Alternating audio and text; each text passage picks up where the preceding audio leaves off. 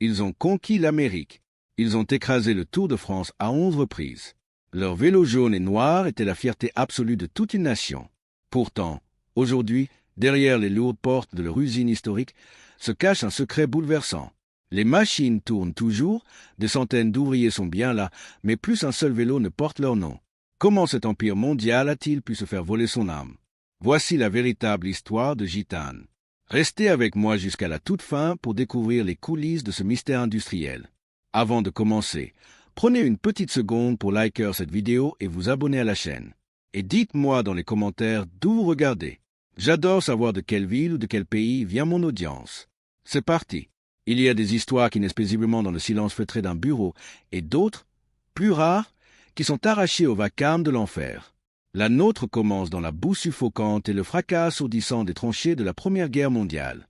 Imaginez un instant ce paysage éventré, où le ciel pleut indéfiniment du fer et du feu, où la jeunesse d'un pays entier est avalée par la terre. Au cœur de cet apocalypse mécanique, un jeune artilleur du nom de Marcel Brunelière survit au quotidien. Pendant plus de 4 longues années interminables, enveloppé par l'odeur âcre de la cordite et le sifflement permanent de la mort, il ne se contente pas d'attendre la fin. Il observe, il touche, il comprend. Le métal n'est plus pour lui une simple matière inerte et froide. C'est une force redoutable, brûlante, capricieuse, qu'il faut apprendre à apprivoiser pour ne pas en périr. En manipulant sans relâche les douilles, les canons, les alliages chauffés à blanc par l'effort de destruction, Marcel développe avec l'acier une intimité charnelle, presque animale. C'est une connaissance viscérale et silencieuse que l'on apprend dans aucune école d'ingénieur, mais que seule la nécessité absolue de la survie peut forger dans l'esprit d'un homme. Lorsque les canons se taisent enfin, rendant au paysage un silence presque effrayant, l'armistice renvoie les survivants vers leur foyer. Marcel porte en lui cette alchimie tragique et précieuse. Démobilisé, libre mais profondément marqué dans sa chair, il rentre au pays. Il retrouve ce sud de la Loire-Atlantique, cette région rude où la terre exige toujours plus de bras, de patience et de sueur. Nous sommes au début des années 20. Machecoul, une petite bourgade nichée entre les marais salants et les bocages balayés par les vents, ressemble encore à s'y méprendre à la France paysanne des siècles passés. C'est un monde rural, quasi médiéval dans ses habitudes, rythmé par le pas lourd des chevaux de trait, le grincement incessant des charrettes en bois massif et le fracas des outils agricoles qui s'usent, se tordent et se brisent inévitablement sur les pierres du chemin. Ces paysans taciturnes, rudes à la tâche, n'ont que faire des beaux discours ou des grandes promesses politiques. Pour survivre, ils ont un besoin urgent de quelqu'un capable de redonner vie aux fers fatigués de leurs exploitations. Ils ont besoin d'un véritable forgeron. C'est avec cette évidence que Marcel décide d'installer son tout premier atelier. Le décor choisi est à l'image de cet homme, incroyablement humble et profondément ancré dans la réalité de la terre. Il ne s'agit pas d'une usine rutilante, ni même d'une véritable boutique ayant pignon sur rue, mais d'une ancienne écurie aux murs de pierre épaisse. Sous ce plafond bas, initialement pensé pour abriter des bêtes de somme, le feu se met à crépiter ardemment. Il y a une poésie immense et un respect infini à observer la résilience de cette génération brisée. Marcel abat son marteau sur l'enclume avec la régularité d'un métronome. De ses mains calleuses, épaissies par les épreuves de la guerre, il redresse avec une précision chirurgicale les socs de charrues tordues et répare les pièces d'attelage. Là où les obus mutilaient les corps, son marteau, lui, répare et soutient la vie. Ce qu'il ignore encore, dans la chaleur de cette étable, c'est qu'il vient de poser la première pierre d'un empire. Mais cet empire ne se bâtira pas uniquement sur des fers à cheval et des charrues. Au milieu de ces années folles, alors que la France pense ses plaies et se remet doucement à espérer, Marcel possède un atout rare, un instinct redoutable. En observant les chemins de terre bosselés qui traversent la campagne nantaise, il remarque une silhouette qui se fait de plus en plus familière. La bicyclette, ce n'est plus un simple jouet pour bourgeois excentriques. C'est en train de devenir le cheval de fer du peuple. Le facteur, l'instituteur, l'ouvrier, le gendarme, tous commencent à chevaucher ces cadres de métal pour fuir l'enclavement des villages. Partout où il y a des roues, des rayons et des chaînes, il y a inévitablement de l'usure et de la casse. Et là où les autres ne voient qu'une chambre à air crevé, notre forgeron devine, lui, l'aube d'une formidable révolution de la mobilité. Il lui faut des bras pour accompagner cette vision. C'est ainsi qu'il croise la route d'Eugène Redoy, un autre enfant du bocage, forgeron comme lui, doté de cette même obstination silencieuse propre aux hommes de la terre. Ensemble, ils décident de franchir le pas. Ils ne vont plus se contenter de réparer, ils vont construire. Leur ligne de montage, c'est toujours cette même ancienne écurie de Machecoul, avec son sol de terre battue et ses murs froids. L'image prête aujourd'hui à sourire, mais elle est d'une authenticité bouleversante. Les deux hommes assemblent leur tout premier vélo dans l'odeur âcre du foin et du cuir, littéralement sous le regard placide d'un cheval et d'une vache qui partagent tranquillement leur espace. Pas de grands bureaux d'études, pas de chaînes robotisées. Seulement la rudesse d'un atelier partagé avec les bêtes, le bon sens paysan et une ingéniosité forgée par la nécessité de faire beaucoup avec presque rien. Pourtant, assembler des bicyclettes ne suffit pas, il faut les vendre. Marcel devient alors un homme de la route. Infatigable, il sillonne les chemins poussiéreux de la Loire-Atlantique et de la Vendée, cherchant des pièces chez des fournisseurs lointains, démarchant les fermiers, négociant dans les bistrots de village. Il est toujours parti, toujours en mouvement, une silhouette fuyante sur les crêtes du bocage, un voyageur perpétuel que rien ne semble pouvoir retenir à la maison. Et c'est précisément de cette course effrénée que va naître l'étincelle décisive. Imaginez une soirée paisible de 1928 dans la chaleur réconfortante de la cuisine familiale. Georgette, l'épouse de Marcel, observe cet homme qui ne tient pas en place. Avec cette tendresse teintée d'ironie que seules connaissent les femmes qui attendent, elle le taquine sur ses absences répétées, sur sa façon de toujours courir les routes. Elle le surnomme affectueusement son gitan. Un mot jeté comme ça, avec un sourire, entre deux conversations. Et puis, l'évidence la frappe. Pourquoi ne pas donner ce nom aux bicyclettes qui l'assemblent? Gitane, au féminin, comme la route, comme la bicyclette. L'artisan s'arrête. Il comprend instantanément la puissance vertigineuse de l'idée. Il y a dans ce nom, soufflé dans l'intimité d'un foyer modeste, une poésie absolue. C'est une invitation irrésistible à l'évasion, une promesse de vent dans les cheveux et de paysages qui défilent. Sans le moindre plan marketing, sans aucune agence parisienne, l'amour et l'esprit vif d'une femme venaient de baptiser l'une des plus grandes légendes industrielles françaises. L'écurie avait trouvé son âme, la marque intemporelle était née, prête à dévorer l'horizon. Mais cet horizon radieux que la marque naissante s'apprêtait à conquérir va brusquement s'obscurcir sous d'épaisses nuées. Au tournant de la décennie, le ciel de l'Europe s'effondre une nouvelle fois. La Seconde Guerre mondiale éclate, charriant avec elle son inévitable cortège de désolation, d'angoisse et, très vite, l'étau asphyxiant de l'occupation. Pour la petite entreprise florissante de Machecoul, l'impact est d'une brutalité inouïe. Les circuits d'approvisionnement, si patiemment tissés par Marcel au fil de ses innombrables voyages sur les routes de la région, sont sectionnés du jour au lendemain. L'acier, nerf de la guerre par excellence, est massivement réquisitionné pour nourrir la machine militaire. Les fournisseurs habituels s'évanouissent, baissent le rideau ou n'ont tout simplement plus la moindre pièce à expédier. Soudainement, il n'y a plus de tubes, plus de composants, plus de cadres préfabriqués à assembler. La logique économique la plus froide voudrait que l'atelier ferme définitivement ses portes, que le feu protecteur de la force s'éteigne et que cette belle aventure s'arrête net, broyée sans pitié par le rouleau compresseur de la grande histoire. C'est pourtant précisément ici, dans cette nuit de la pénurie et du rationnement, que va s'illustrer avec une noblesse absolue ce que l'on appelle si fièrement le génie français du système D. Marcel, Brunelière et Eugène Redouin ne sont pas des hommes programmés pour capituler devant le manque. Au fond de leur âme, ils demeurent avant tout des forgerons. Ils portent dans le creux de leurs mains la mémoire millénaire de la matière. Puisqu'il est devenu rigoureusement impossible d'acheter des cadres à l'extérieur, ils décident, avec une obstination provinciale qui force l'admiration, de les fabriquer de leurs propres mains. Dans la pénombre de leur atelier, à l'abri des regards de l'occupant, ils se remettent à l'ouvrage avec l'acharnement des survivants. Il faut imaginer l'incandescence du foyer, la chaleur étouffante qui empourpre les visages, la sueur qui perd sur les fronts, et cette volonté farouche de plier un métal récalcitrant à leur stricte exigence. Par d'incessants essais et erreurs, ils apprennent à cintrer les tubes d'acier, à maîtriser l'art délicat de la soudure, à équilibrer les géométries complexes qui garantissent la tenue de route parfaite d'une bicyclette. Ils ne se contentent plus de juxtaposer des pièces rapportées. Ils donnent désormais véritablement naissance au cœur palpitant, au squelette même de la machine. Ce qui devait s'imposer comme une contrainte mortelle se métamorphose, sous la force de leurs poignes, en un triomphe industriel inespéré. La guerre, par sa dureté implacable, vient d'enfanter leur totale autonomie. Ils maîtrisent désormais l'intégralité de la fabrication du cadre, cette pièce maîtresse indispensable qui détermine la rigidité, la nervosité et l'âme d'un vélo. Lorsque le cauchemar du conflit s'achève enfin et que la France, exsangue, doit se redresser pour remonter le pays pierre par pierre, la bicyclette redevient l'instrument de survie et de reconstruction. Et face à ce peuple qui se remet à pédaler vers l'avenir, Machecoul se tient prête. Les deux artisans ont transcendé leurs conditions pour devenir de véritables manufacturiers, prouvant que le courage de quelques mains tenaces pouvait forger la destinée d'une nation en marche. La France pense patiemment ses plaies et se redresse peu à peu de ses ruines. Alors que l'ombre terrible de la guerre s'éloigne enfin, les prémices lumineuses des 30 glorieuses pointent à l'horizon. La bicyclette n'est alors plus seulement ce modeste outil des années maigres, ce véhicule de nécessité absolue pour un peuple privé de tout. Elle redevient progressivement un merveilleux instrument de fête, d'allégresse et de dépassement de soi. Chaque été, le pays entier retient son souffle et s'arrête pour communier autour d'une immense grand-messe populaire qui serpente sur les routes brûlantes de l'Hexagone, le Tour de France. Pour Marcel Brunelière, une évidence éclatante s'impose. Ce n'est pas dans de complexes manuels de marketing, des ouvrages qui n'existent d'ailleurs pas encore dans les fermes de la campagne nantaise, qu'il puise son inspiration. C'est dans son formidable instinct de commerçant.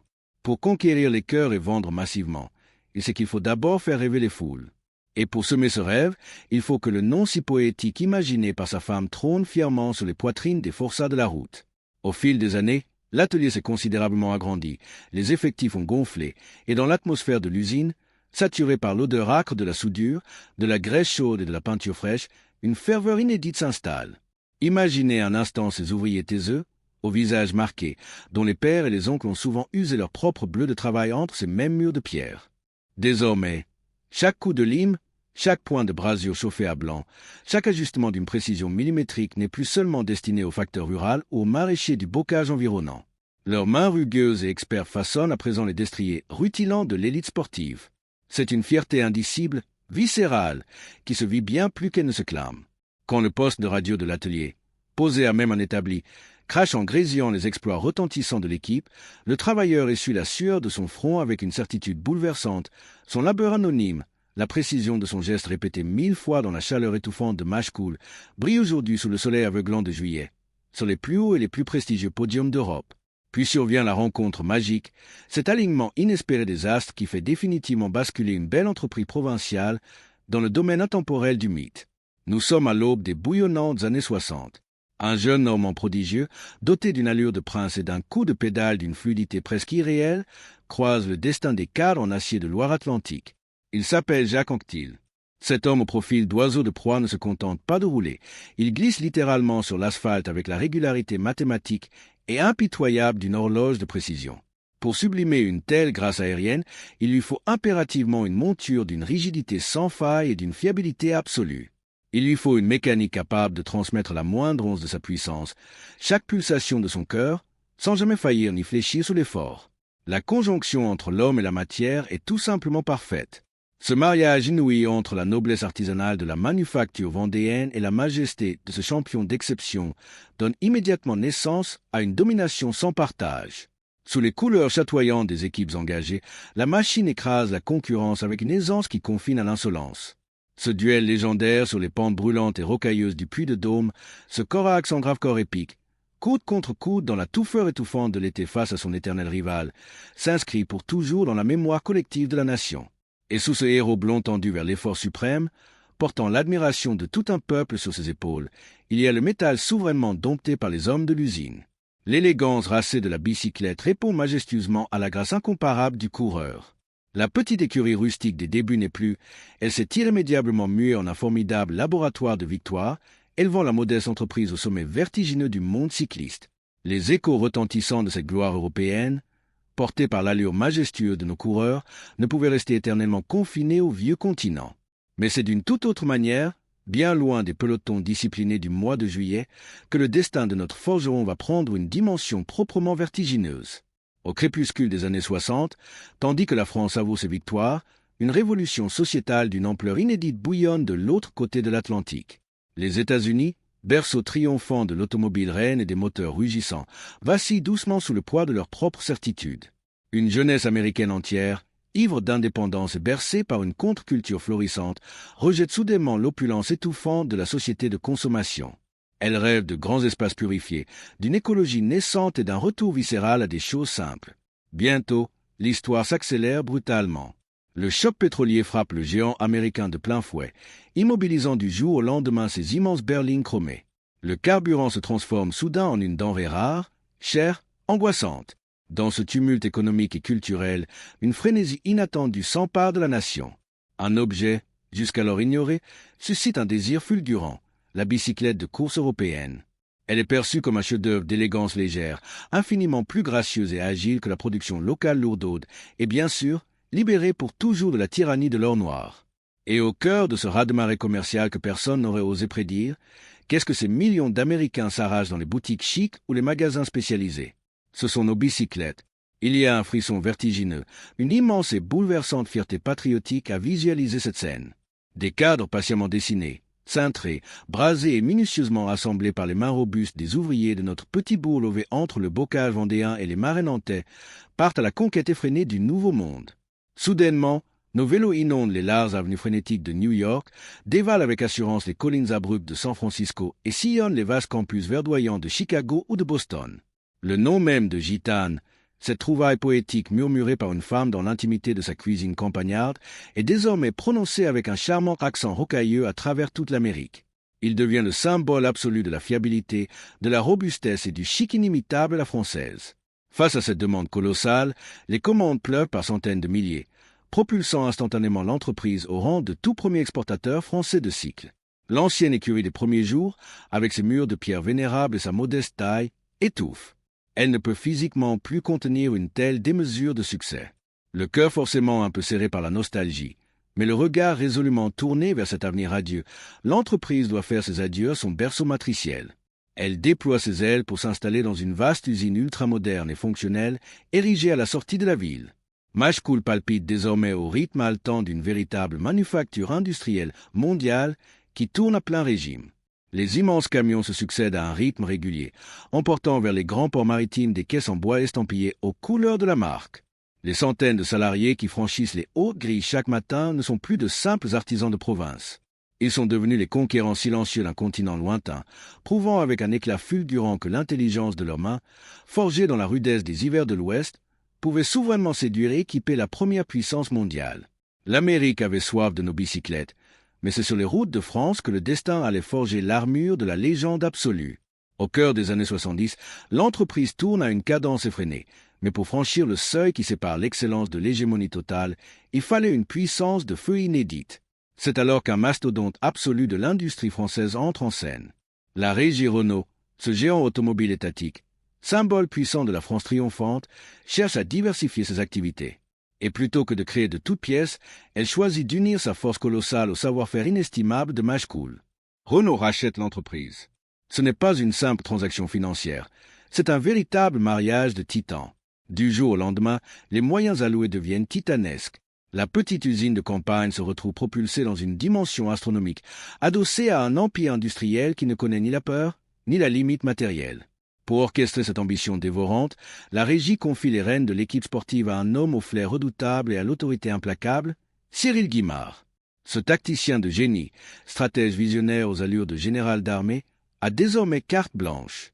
Avec l'argent de Renault, la logistique implacable d'un constructeur automobile et l'outil industriel vendéen, il ne va pas simplement monter une équipe cycliste de plus, il va bâtir la plus terrifiante machine à gagner de l'histoire du sport français. Dans son viseur, un jeune loup breton au tempérament de granit, un homme dont la rage de vaincre effraie autant qu'elle fascine. Il s'appelle Bernard Hinault, celui que le public adulera bientôt sous le nom du blaireau, parce qu'il mord ses adversaires et ne lâche jamais sa proie. Sous la houlette de Guimard, farouchement propulsé par la puissance de la machine de Machecoul, Hinault va littéralement écraser sa décennie. Puis viendra Laurent Fignon, le Parisien intellectuel du peloton, qui prendra le relais avec une insolence et un panache tout aussi foudroyants. L'esthétique de cette domination est fulgurante, imprimant à jamais les rétines. Le peloton mondial découvre avec effroi et fascination une marée jaune et noire, frappée de l'imposant losange de la Régie Renault. La presse émerveillée, constatant cette suprématie incontestable, compare l'équipe à un essaim de guêpes fondant impitoyablement sur ses proies. Les voitures suiveuses de la marque encadrent les coureurs, créant un rouleau compresseur psychologique et physique qui étouffe littéralement toute concurrence sur l'asphalte. La télévision, désormais présente dans chaque foyer, diffuse en mondovision les chevauchées fantastiques de ces gladiateurs modernes. Ils raflent absolument tout. Les classiques intransigeantes, les tours d'Italie épuisants, les championnats du monde épiques, et surtout, ils règnent en maîtres absolus sur le Tour de France, remportant 6 éditions en seulement 7 ans. C'est une hégémonie d'une violence sportive inouïe, une démonstration de force magistrale qui laisse les autres nations totalement asphyxiées.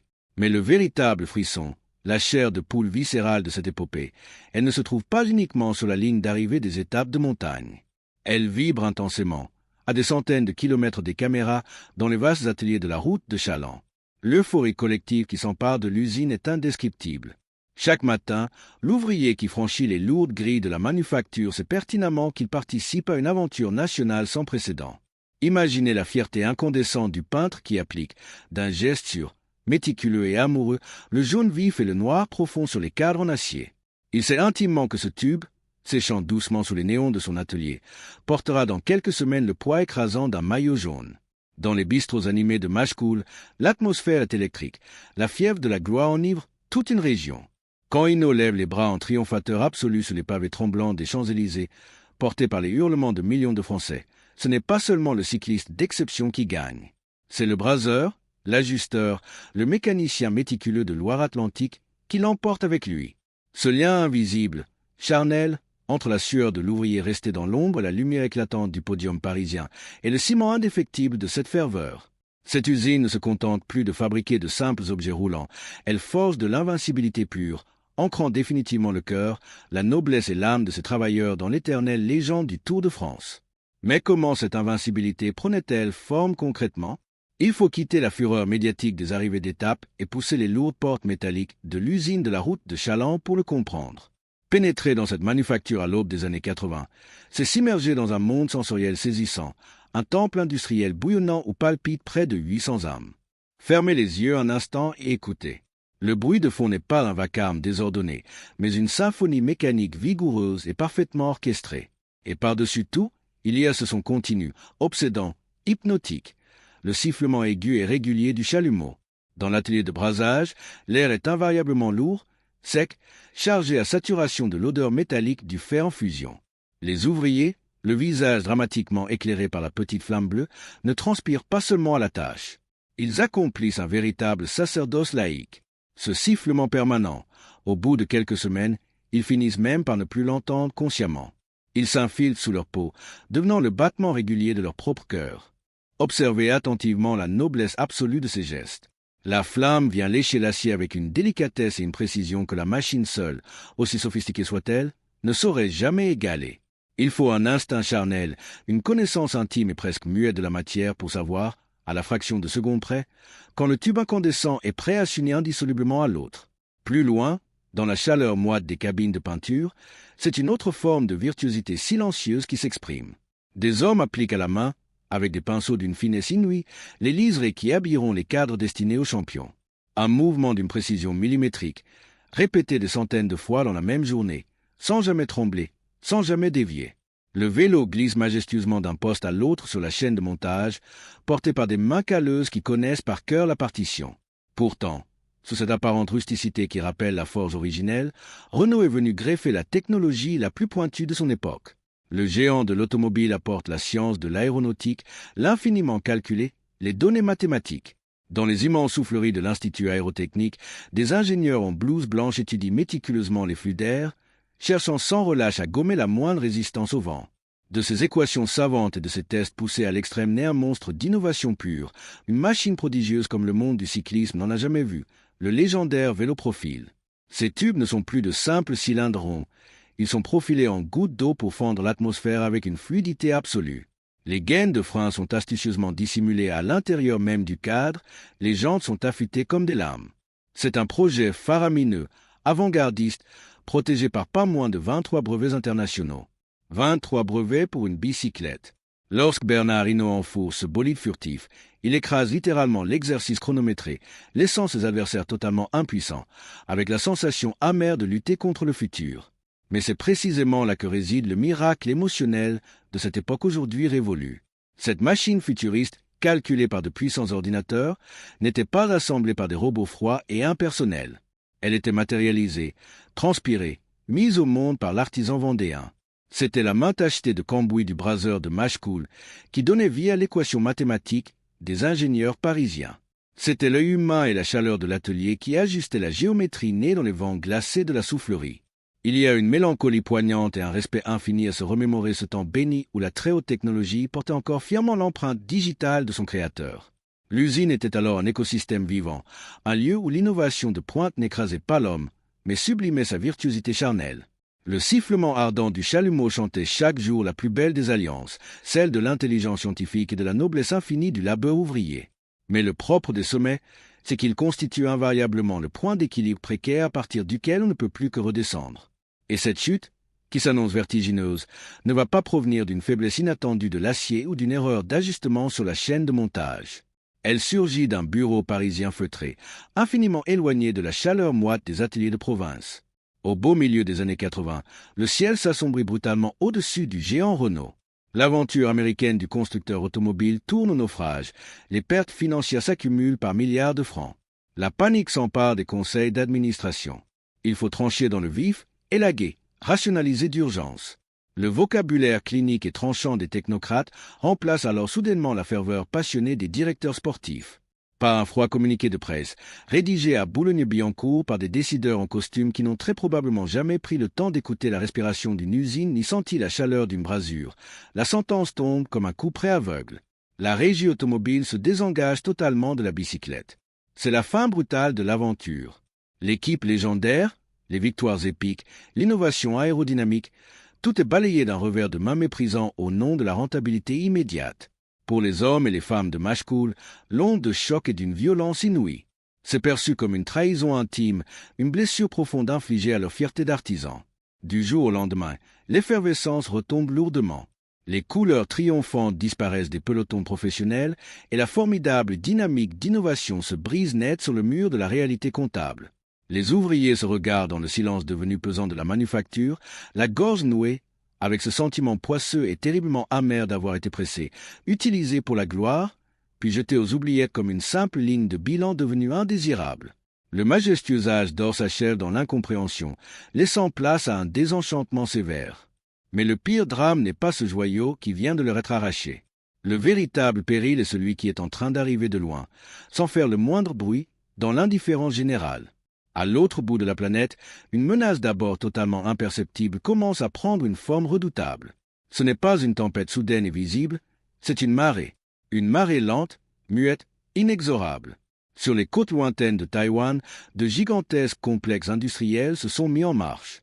Ces nouvelles usines d'Asie ont parfaitement compris que l'aube de la mondialisation leur offrait une opportunité de conquête historique. Elles se mettent à produire des cadres de bicyclettes à une cadence effrénée, s'appuyant sur des coûts de main-d'œuvre 5 fois inférieurs à ceux pratiqués en Loire-Atlantique.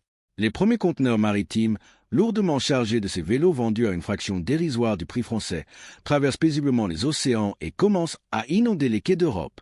Les grands acteurs de la grande distribution ne s'encombrent ni de romantisme ni de patriotisme économique. Ils ne cherchent pas à vendre la belle histoire d'un forgeron vendéen, ils veulent afficher le prix le plus bas. Face à cette logique arithmétique implacable, le savoir-faire ancestral de Machecoul se referme sur lui-même comme un piège mortel. C'est le début d'une angoisse insidieuse, d'un poison lent qui s'infiltre dans les veines de l'usine. Chaque matin, le travailleur qui badge à l'entrée ne rêve plus des Champs-Élysées. Il observe cette eau glacée monter inexorablement, en se demandant avec terreur combien de mois la digue de son entreprise pourra encore résister avant d'être totalement engloutie. Pour tenter de survivre à cette déferlante asiatique qui menace de tout engloutir, l'industrie cycliste française tente, dans un dernier sursaut désespéré, de s'organiser. Au début des années 90, une alliance défensive voit le jour. L'entreprise de Machecoul est absorbée par un vaste conglomérat européen, réunissant des acteurs historiques pour peser de tout leur poids face à l'Orient. Mais cette union de survie marque en réalité le début d'une longue et douloureuse agonie identitaire. L'entreprise perd définitivement sa souveraineté. Elle devient un pion interchangeable sur l'échiquier complexe de la finance internationale, une banale ligne d'actifs que l'on s'échange au gré des fusions et rachats. Le pouvoir décisionnel quitte la Loire-Atlantique. Il franchit d'abord les Pyrénées pour atterrir dans les mains d'un groupe espagnol, avant de remonter brutalement vers le nord glacé de l'Europe, racheté par des investisseurs suédois. À chaque changement de propriétaire, le centre de gravité s'éloigne inévitablement de la chaleur de l'atelier originel. Ces nouveaux capitaines d'industrie, installés à Stockholm, dirigent avec la froide rationalité des tableaux de bord et des bilans consolidés depuis leur bureau aseptisé. Ils ne connaissent rigoureusement rien de l'odeur de la forge, n'ont jamais posé le pied dans les marais nantais et ignorent toute la sueur versée pour faire naître ce nom mythique. Dans leur logique implacable de synergie financière, Machecoul n'est plus du tout un berceau historique ni un symbole du patrimoine national. Ce n'est plus qu'un site de production périphérique, évalué à la seule aune de sa rentabilité immédiate et de sa marge opérationnelle. La fracture entre la tête lointaine qui décide et la main locale qui fabrique devient un gouffre insondable, annonçant le drame intime qui se prépare en silence. C'est à la toute fin des années 90 que survient la déchirure ultime, le coup de grâce fatal porté à l'âme même de la manufacture. Au nom d'une inéluctable logique de réduction des coûts, la direction Scandina prend la décision irrévocable d'externaliser la fabrication des cadres. Le cœur palpitant du métier, l'essence même du savoir-faire séculaire vendéen, est brutalement arraché à la terre qu'il a vu naître pour être délocalisé en Chine. Souvenez-vous avec émotion de ces tubes d'acier que l'artisan fondateur avait appris à cintrer de ses propres mains sous l'occupation. Souvenez-vous de ces braseurs virtuoses qui donnaient chaque jour vie au métal avec la flamme bleutée de leur outil. Tout cet héritage est balayé, effacé d'un trait de plume, réduit à rien. Désormais, les squelettes métalliques arrivent par dizaines de milliers dans de vastes conteneurs maritimes préfabriqués en Chine, froids, sans âme, prêts à être vulgairement montés. Pour les travailleurs vétérans de l'usine, c'est une dépossession intime insoutenable, une humiliation silencieuse vécue chaque matin dans la mélancolie d'un atelier qui a définitivement perdu toute sa noblesse ancestrale. Ils comprennent avec un déchirement profond qu'ils ne sont plus des forgerons. Ils ne sont plus des bâtisseurs fiers de leur œuvre complète. Ils ont été relégués au rang tragique de simples assembleurs de pièces importées. Ils se contentent de visser, de boulonner, d'ajuster machinalement des composants venus de l'autre bout de la planète sur des cadres en aluminium qu'ils n'ont ni dompté ni transpiré. L'amertume est immense, car avec la disparition totale du travail originel de l'acier, c'est la véritable identité de la marque qui s'est évaporée dans les couloirs de la mondialisation. L'écurie des origines ne résonnera plus jamais du fracas triomphant de l'enclume. Le corps de l'entreprise respire faiblement, mais son âme ouvrière, profondément liée à la matière, vient d'être définitivement éteinte, sacrifiée sans le moindre regret. L'hémorragie silencieuse qui a vidé l'usine de sa substance originelle finit inéluctablement par attaquer ses fondations vitales. Nous sommes à l'automne 2012. Après des années de déclin, de perfusion publique et d'incertitudes usantes, le couperet tombe avec la brutalité clinique d'une sentence judiciaire. Mais cette exécution ne se déroule pas sur les terres océaniques de la Loire-Atlantique. Elle a lieu à plus de 400 km de là, dans l'anonymat glacial du tribunal de commerce de Troyes, dans l'Aube. C'est là, dans une salle d'audience où personne ne connaît l'odeur du bocage nantais ni l'histoire des forgerons d'antan, que se scelle le destin de centaines de familles. À la demande même du propriétaire suédois, qui dirige les opérations avec la froideur d'un ordinateur depuis Stockholm, la filiale française est placée en redressement judiciaire. La sentence est purement arithmétique, tombée des cieux de la haute finance. Machecoul perd de l'argent, Machecoul doit donc être sacrifié.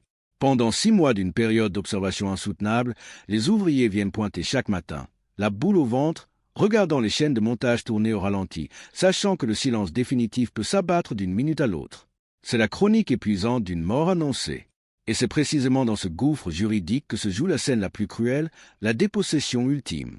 Le groupe Scandina prend une décision d'un cynisme absolu. Il décide de conserver jalousement la marque, ce nom magique et évocateur qui représente son seul véritable actif de valeur, mais de s'enfuir avec. Le droit de propriété intellectuelle lui permet d'arracher le mot à la terre qui l'a fait naître.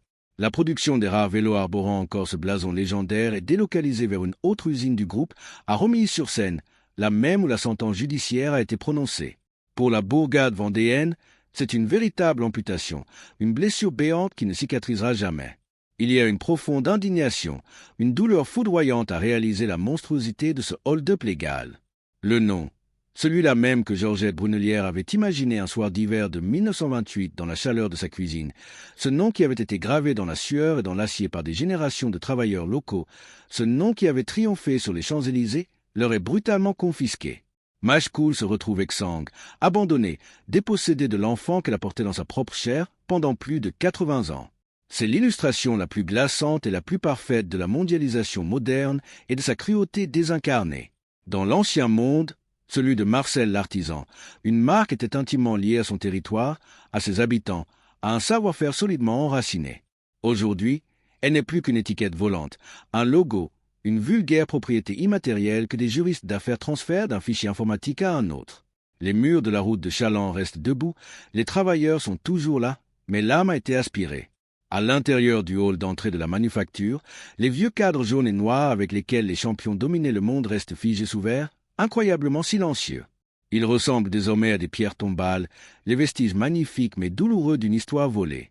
Les ouvriers sacrifiés, eux, devront dorénavant assembler des bicyclettes anonymes dépourvues de mémoire, destinées aux rayons blafards des supermarchés. Le berceau historique vient d'être définitivement vidé, et le nom part vivre sa vie ailleurs, comme un fantôme errant, détaché à tout jamais de son véritable créateur. Au bord du gouffre, alors que la ville entière retenait son souffle dans l'angoisse et l'attente du pire, un miracle inespéré de dernière minute finit par se produire. Au printemps de l'année 2013, le géant de la distribution sportive Intersport se porte acquéreur de l'usine, à la barre même de ce tribunal qui venait de prononcer sa condamnation. C'est un profond soupir de soulagement qui traverse instantanément tout le bocage. Près de 200 emplois sont sauvés in extremis, des familles entières échappent de justesse au chômage, à la précarité et à ce déclassement brutal qui ravage tant de bassins industriels oubliés de l'Hexagone. Pour conjurer le mauvais sort et effacer la douleur du non-volé, le site est rebaptisé avec une certaine solennité. Il devient la manufacture française du cycle. Ces 3 mots claquent comme une promesse de renaissance. Et dans les faits, l'usine ne meurt pas, bien au contraire. Sous l'impulsion vigoureuse de ses nouveaux dirigeants, elle va même connaître une résurrection foudroyante. Des dizaines de millions d'euros sont massivement investis pour repenser la logistique et moderniser les lignes de production. L'entreprise surfe habilement sur l'explosion phénoménale du marché du vélo à assistance électrique. Bientôt, ce ne sont plus des dizaines, mais des centaines de milliers de bicyclettes qui sortent chaque année de ces entrepôts gigantesques, destinés aux hypermarchés du sport ou aux vastes flottes de vélos en libre-service des métropoles parisiennes et nantaises. Sur le papier, les bilans comptables sont étourdissants. Le succès est total. L'effectif gonfle pour dépasser les 600 salariés. Les chaînes tournent à plein régime. La ville respire de nouveau à plein poumon. Mais lorsque l'on s'approche au plus près de ces lignes de montage rutilantes, que reste-t-il exactement du glorieux héritage d'antan? Il faut regarder cette formidable survie avec une lucidité un peu cruelle, un cynisme teinté d'une inévitable tendresse pour ceux qui y gagnent leur vie aujourd'hui. Les immenses portes de la manufacture ne s'ouvrent plus pour laisser entrer l'acier brut que l'on forgera avec passion. Elles s'ouvrent pour accueillir un balai ininterrompu de camions déversant d'interminables cargaisons de conteneurs venus tout droit d'Asie. Le cadre en aluminium, la colonne vertébrale de la machine, arrive désormais de Chine, déjà soudé, déjà peint, impeccablement emballé. Le bruit assourdissant des marteaux et le sifflement brûlant du chalumeau ont cédé la place au bourdonnement feutré des visseuses pneumatiques et à la propreté presque clinique de la robotisation. La manufacture est en réalité devenue un gigantesque et redoutable atelier d'assemblage. Il ne s'agit pas un seul instant de mépriser ce travail. Monter un vélo électrique complexe avec ses capteurs, son moteur et sa batterie exigent une précision et une formation rigoureuses. C'est un emploi digne, infiniment précieux, que beaucoup de régions sinistrées jalousent. Mais le sens profond de l'acte de création a irrémédiablement muté. L'ouvrier contemporain visse, câble et ajuste des composants importés pour des marques de distributeurs anonymes. Il n'est plus l'artisan des murs qui donne naissance à la matière, il est devenu l'ultime maillon d'une chaîne logistique mondialisée. Le soulagement de la survie économique se heurte sans cesse à la mélancolie silencieuse de la dépossession. On célèbre avec raison la sauvegarde d'un outil de production inestimable, mais on pleure en secret le fantôme du véritable artisanat industriel français. C'est un mirage industriel magnifiquement exécuté. Le corps de l'usine est bien vivant, triomphant même, mais son âme de forgeron s'est évaporée, dissoute dans les calculs froids d'une époque qui a désappris à fabriquer ses propres rêves. Nous voici revenus au temps présent, à l'heure des bilans et des commémorations. Il y a peu, pour célébrer le centenaire symbolique de cette usine de Machecoul, un invité illustre a franchi de nouveau les portes de la manufacture. Bernard Hinault, le légendaire blaireau, 70 ans passés mais le porte toujours aussi altier, est venu honorer la terre de ses plus beaux exploits. Il est là, immense champion, marchant au milieu des lignes de montage ultramodernes. Mais que célèbre-t-on exactement ce jour d'anniversaire? Sur les chaînes rutilantes qui défilent devant lui, il n'y a plus la moindre trace du nom qui a fait sa gloire. Les ouvriers d'aujourd'hui, avec tout leur indéniable savoir-faire, assemblent des bicyclettes électriques urbaines ou des modèles tout-terrain pour les grands magasins. Gitane a disparu de son propre berceau. Pour retrouver l'âme vibrante d'antan, l'ancien vainqueur du Tour de France doit se diriger vers le hall d'entrée. Là, précieusement encadrés et protégés sous d'épaisses vitres, dorment les reliques inestimables de l'âge d'or. Le profil aérodynamique de 1981, le destrier jaune et noir de Laurent Fignon. Ces machines magnifiques, autrefois brûlantes de vitesse et ivres de conquête, sont désormais figées dans le formol du souvenir. Elles n'ont pas bougé depuis 40 ans et ne bougeront plus jamais. Face à ces fantômes sous verre, le contraste est foudroyant. Le visiteur silencieux comprend avec une mélancolie poignante que le lien sacré est définitivement rompu. On peut racheter un nom de domaine, On peut transférer une marque par un vulgaire acte notarié dans un tribunal de commerce, on peut perpétuer un logo sur d'autres cadres assemblés à des centaines de kilomètres de là, mais on n'achète pas l'âme d'un territoire. On ne ressuscite pas la chaleur moite de l'atelier, la danse millimétrée du peintre en lettres, ni ce lien charnel, viscéral, qui unissait le fier forgeron vendéen au rugissement de la foule sur les Champs-Élysées. L'histoire des cycles gitanes est d'une beauté éphémère et profondément tragique. C'est le reflet bouleversant de notre propre patrimoine industriel, un miroir tendu vers une époque majestueuse où les mains ouvrières savaient encore dompter l'acier brut pour forger des légendes mondiales. La rue Marcel Brunelière conduit toujours à l'usine qui bourdonne de vie, l'emploi a été sauvé, et c'est assurément une victoire vitale pour toute la région. Mais si vous tendez l'oreille dans le silence de la nuit, loin du fracas des chaînes robotisées, peut-être entendrez-vous encore le sifflement ténu du chalumeau originel. C'est le chant d'adieu des artisans, une révérence magnifique et définitive à une époque à jamais révolue. Leur sueur, leur courage inébranlable et leur génie manuel sont devenus invisibles aujourd'hui, mais ils continuent de rouler silencieusement dans le sanctuaire de nos mémoires. Si cette plongée intime au cœur de notre histoire industrielle vous a touché, si vous croyez, vous aussi, qu'il est absolument essentiel de ne jamais oublier les mains laborieuses qui ont bâti nos plus belles légendes françaises, prenez un bref instant pour soutenir notre travail. Aimez cette vidéo, partagez-la massivement autour de vous pour faire vivre la mémoire de ces ouvriers. Et surtout, abonnez-vous à notre chaîne pour que nous puissions continuer à vous raconter ensemble ces fabuleux destins oubliés.